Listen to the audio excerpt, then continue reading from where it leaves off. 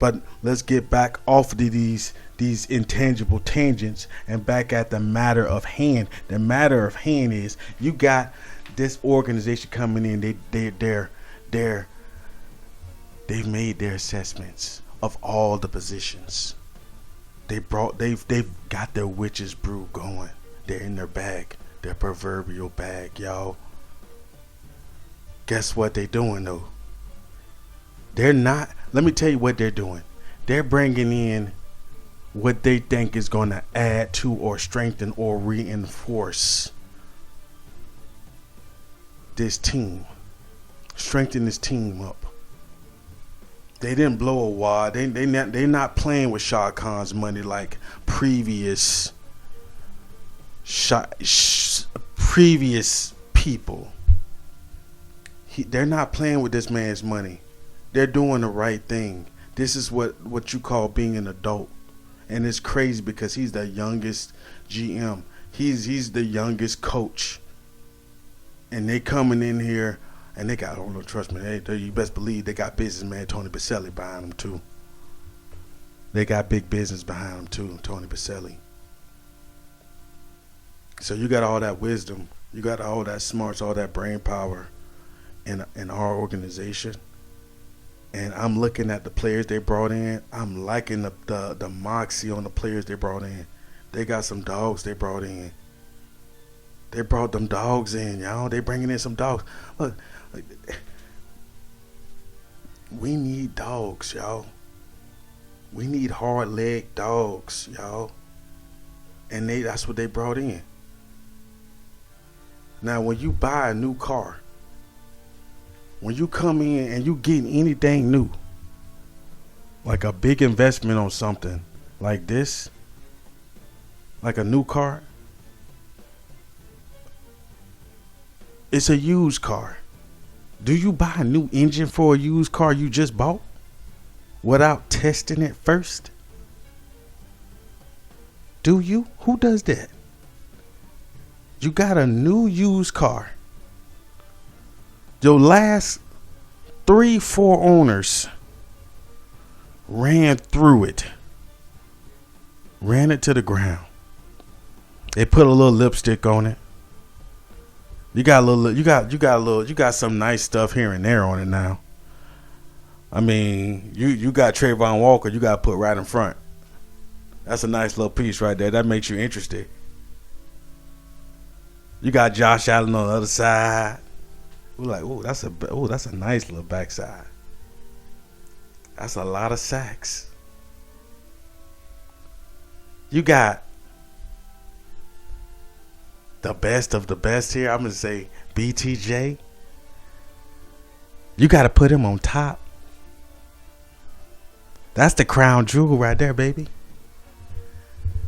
And we also have Trevor Lawrence. We have Trevor Lawrence as well. Trevor Lawrence is there. He's there, y'all. He's Mr. Sunshine is there. He's glaring in our windows, sun shining it up.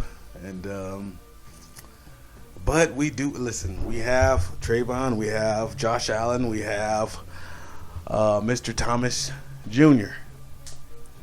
And we have Mr. Lawrence. Now, you got some pieces. You got Campbell. I put Campbell in there. You got Foye Luakan. You got, let's see, who else we got? Oh, our kicker. Our punter. Our punter's a pro bowler. Is that punter all pro? I think our might be an all pro. But he's definitely a pro bowler. Our punter, top tier. Our long snapper, top tier. We got that. So let's not play. Let's put those on them. Listen, let's put some spec on their name. Let's put some spec on their name.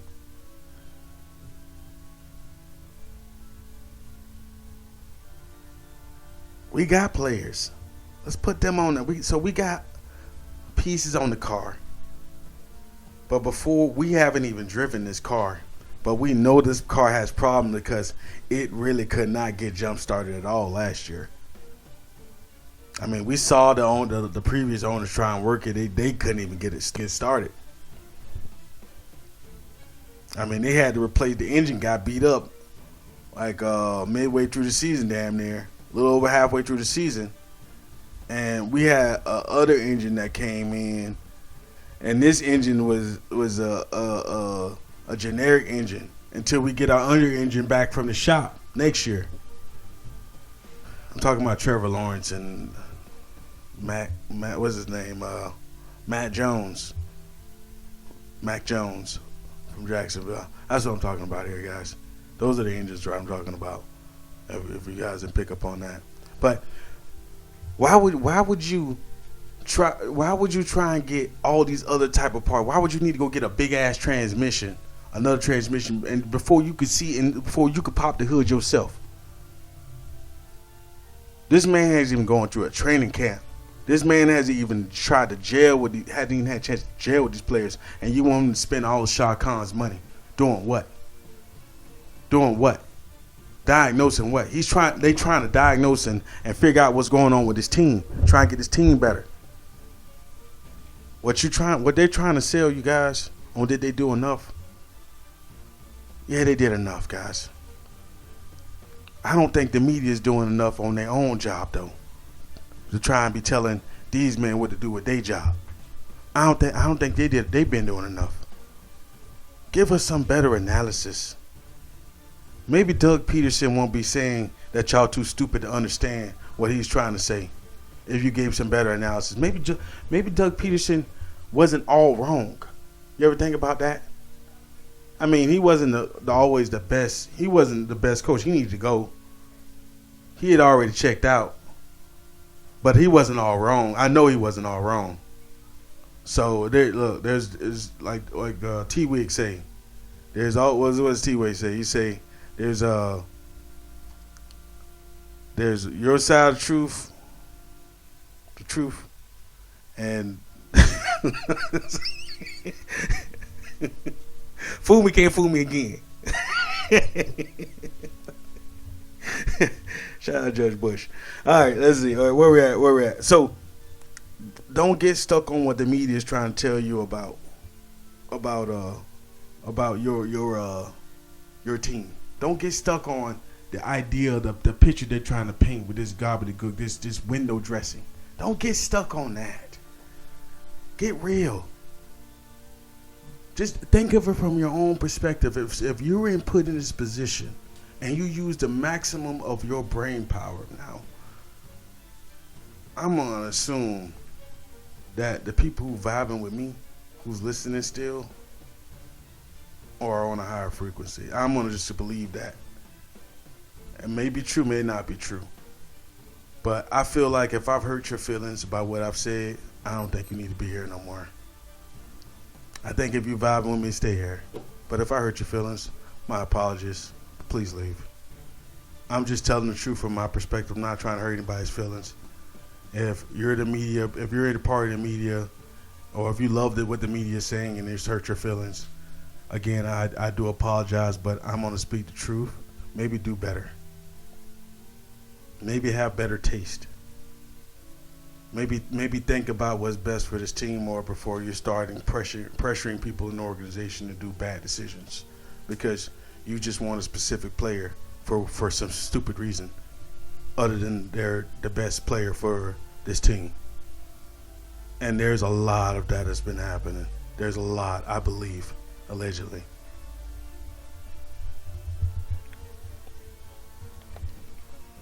All right.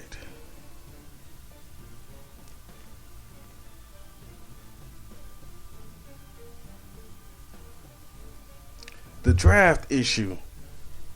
I want to move away on another media thing that I hate, that I've been seeing all the time. And Big Bo, I love you, but I've heard you do this before in the past. You've kind of coming around off of that edge. I've heard other players, and I can see it from a player's perspective. That's why you can't put this in a player's hands.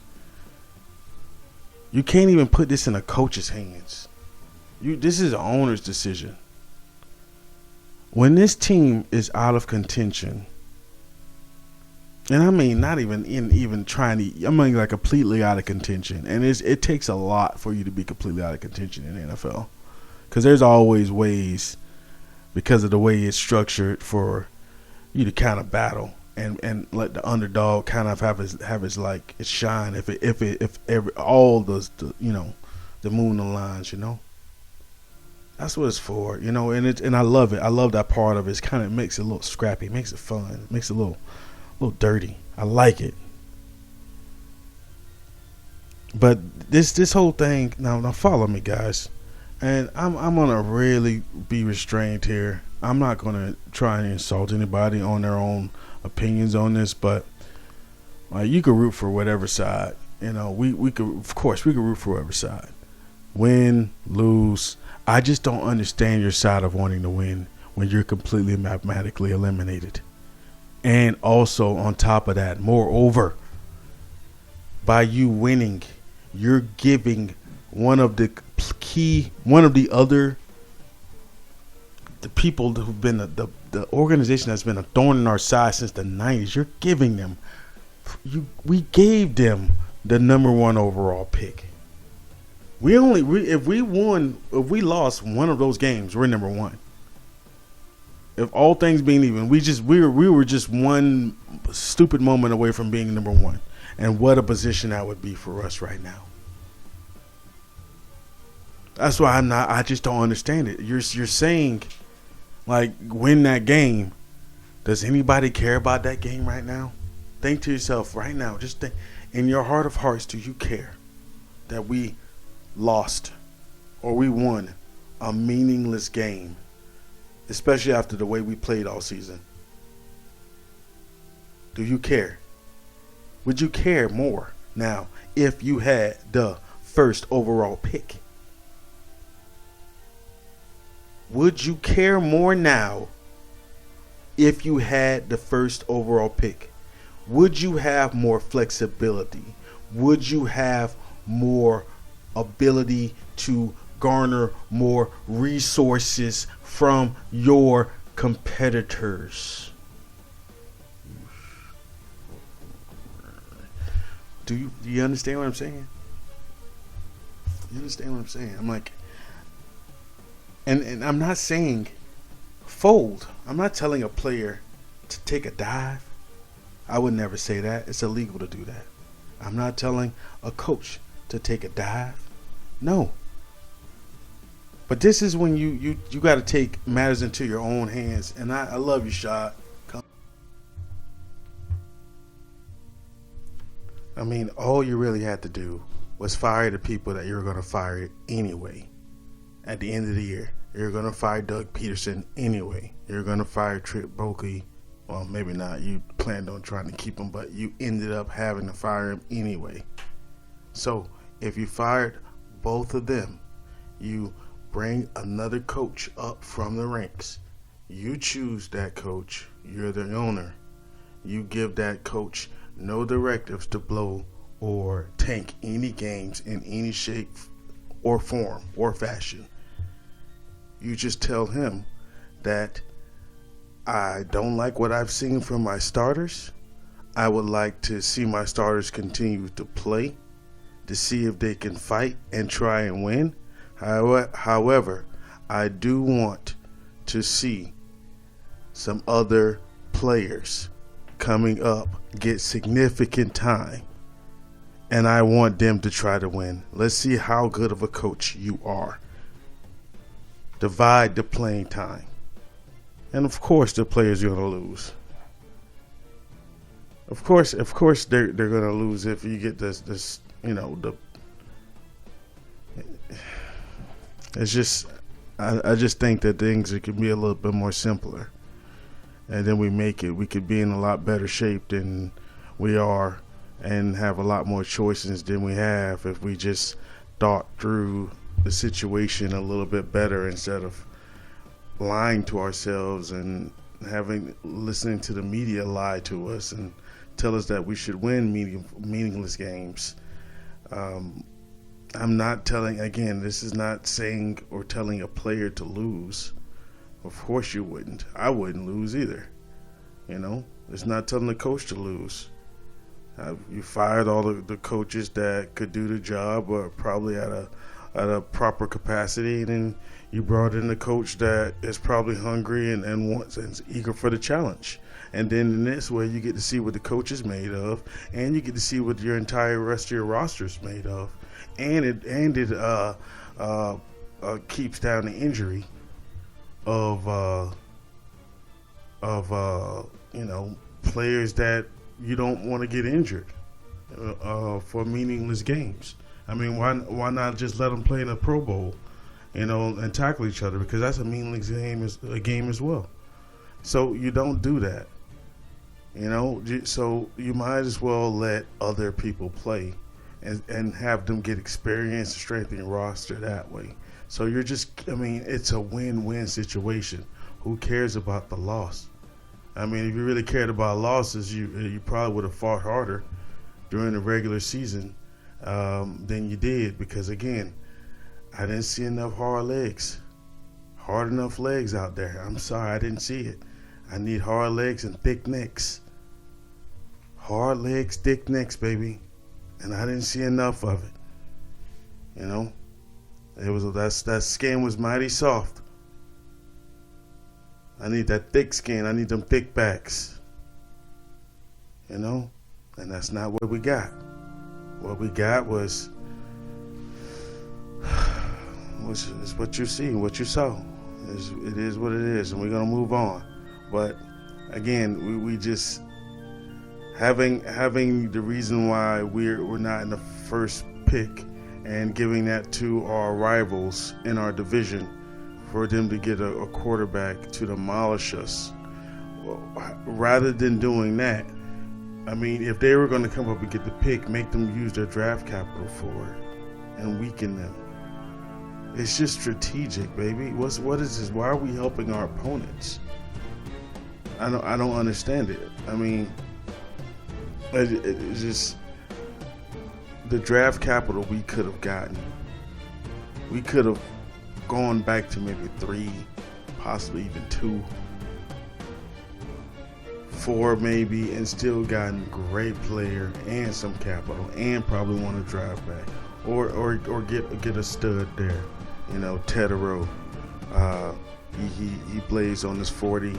That size, that speed, those hands, that tape, that production. Yes, he's the one. If Travis Hunter's there, he's really the one. I mean, that guy is too dynamic to pass on. I mean, listen to me. I'm gonna save that. I'm gonna save my discussions about this draft for a later time. I'm gonna go through and I'm gonna really do a detailed analysis on each of these groups. But let's get back to the matter at hand and move on here. I love you. I'm glad you came to this city. I'm glad you stayed in this city. I'm glad you plan on staying in this city. But this is when you make a business decision. Fire all of them. Fire the coach. Fire the head coach. Fire the general manager, whose only reason for wanting to win was so he wasn't the first overall pick 3 out of 5 years. You know how stupid that sounds? You know how many resources you could have garnered to get impact players, and you let your competitor get who might actually be a generational player? Because the media is going to say who they want to say is a generational player. And then when you see that generational player play, he's not so generational. But then there are players that come in the year before, the year after, who are generational. And you're like, I'm not gonna say generation, but they're a lot better than the generation that we got. Right? Right? Am I wrong? I mean, just look at the play, man. Just go look at Joe Burrow's highlights, and look at the highlights we have with the quarterback playing Jacksonville. For all the quarterbacks, not just for one, all of them. I don't want to ruffle anybody's feathers, but what I'm saying is, just look at Joe Burrow. Look at C.J. Stroud. Do you see Jacksonville making plays like that? And another thing too, like what's going on with like these mundane ass plays? The media always put extras on. I know we gotta clap it up for our boys. Don't get me wrong. I'm gonna clap it up for our boys. When I see, look, when you give everything, when you put mustard on everything, man, it don't taste good. You can't put mustard on everything, man. You can't, man. You just sometimes just chill out, man. Sometimes we like, and then we get an amazing play like Trayvon or Josh Allen or something. Like, then we don't. There's some amazing plays that we've gotten, and they didn't get the mustard that some of these. Let me get back on track. Okay, let me get back on track. I'm on track, but I'm off track at the same time with these intangible tangents. But this is where I come in. This is where I'm different from the media that you normally see. I'm going to tell the 100% truth. I'm going to give my 100% opinion on what's going on, and I'm not going to lie to you. Who am I?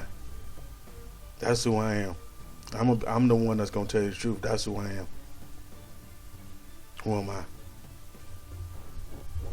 If you're asking, that's who I am.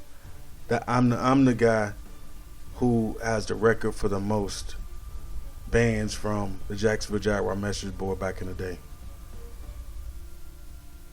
I'm the guy that begged and pleaded with this team to get Patrick Mahomes and not draft Leonard Fournette.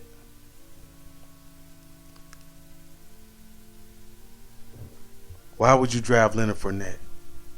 Shout out to Puff Daddy. Why would you draft Leonard Fournette when Patrick Mahomes is right there? I begged this team to draft him. I begged this team. And I told them what would happen if they didn't draft him. I wrote this crazy sci-fi. I guess I was drunk or something, or wherever I was on. I wrote this crazy sci-fi short story about what would happen if they didn't draft Patrick Mahomes. I told them they would be sorry. I told them that the entire team would see that this man has gotten so many Super Bowls that they would need to go back in time using all of their collective money to go back in time to build a time machine. And I think they spent like what, 27 million, a billion, or I don't know, $27 million building a time machine.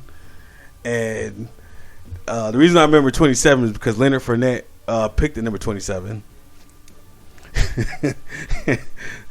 So I don't know, maybe he read it, I don't know, but I said they would go back in time.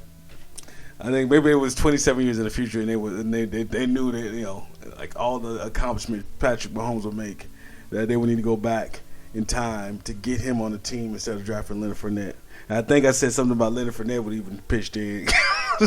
I think I said, I don't know. You look at the Wayback Machine, I'm sure. But I don't know. I just you can see, like what I'm trying to say is, you can see what's right for the team. And then the next year, I begged him. I said, he's right there.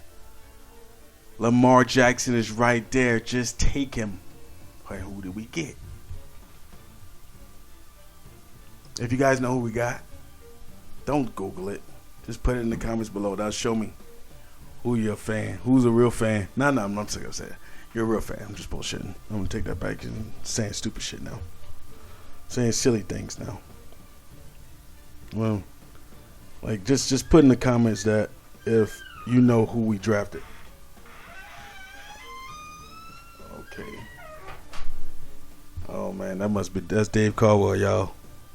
He's trying to sneak up on me. That's okay. It's okay. I got something for you, Dave. I got booby traps. But that's who I am. That's who I am. I'm the person that's been looking at this team from day one and been telling the truth from day one. I'm not trying to brag on it. I'm a person of average intelligence, average intellect, and I'm not particularly talented in much. But there's two reasons why I could see what was going on with this organization and they couldn't. It's because I think for myself and I actually care. I think for myself and I actually care. Go back and listen to Dave Caldwell. He asked everybody and their mama who they thought they should get. I don't think none of those GMs were thinking for themselves. They're probably looking more at what the draft pundits were telling them to do, or what maybe agents or whoever, I don't know, allegedly, or maybe I don't know, maybe motioning them to, or instructing in some type of capacity, or I don't know, maybe I'm wrong on all that. I'm probably wrong on all that. I don't know. I have no facts on none of that stuff. I'm just saying what it looks like. What it looked like. I don't know. What does it look like, y'all? It looks like a lot of tomfoolery, a lot of malarkey, a lot of Maroney, a lot of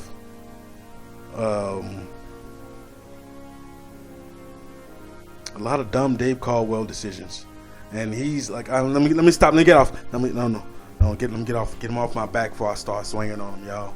Get him off my back. I can't listen. Let's not talk about Dave Caldwell no more today. Let's not talk about Dave Caldwell no more. Let's not do that. I'm done. But the reasons why I can see that we're going in the right direction is because I think for myself and I care. In all aspects of my life, I think for myself and I care. I don't think the same thing for the media. I don't think the media thinks for themselves.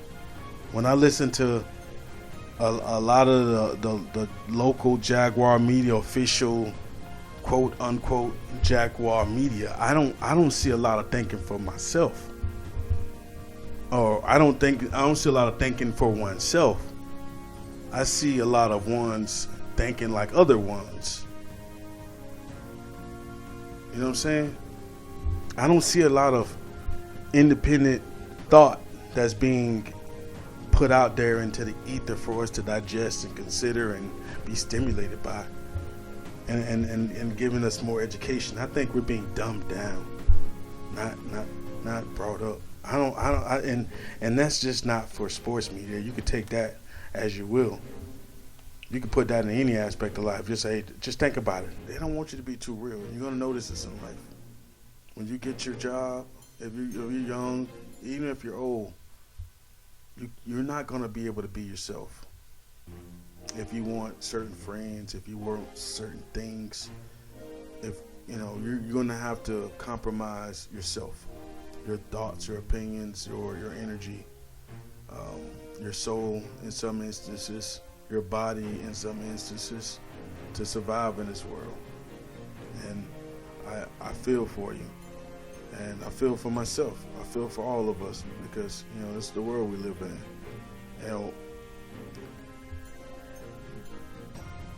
When you listen to the media, I don't want to hear people who have to compromise. I want to hear the truth. So maybe there needs to be a new media. Maybe we need to give them the courage that they need to tell their truth. Because I don't really think that these people believe some of the stuff they be saying sometimes, boy. I really don't. But I'm gonna try and get some defensive tackles out soon to you guys. Then rank those up and give you my measured and intangible opinions on the draft. Get to the bottom of it. Hope you guys subscribe. Later, DuVillains. DuVillain.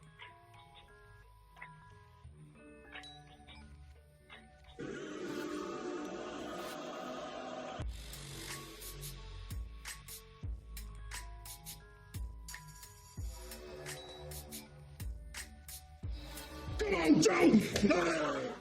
Okay, let's go.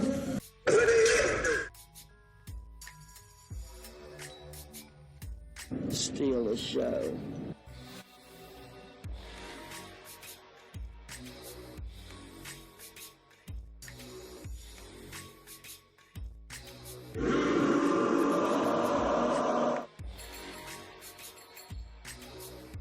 DuVillain.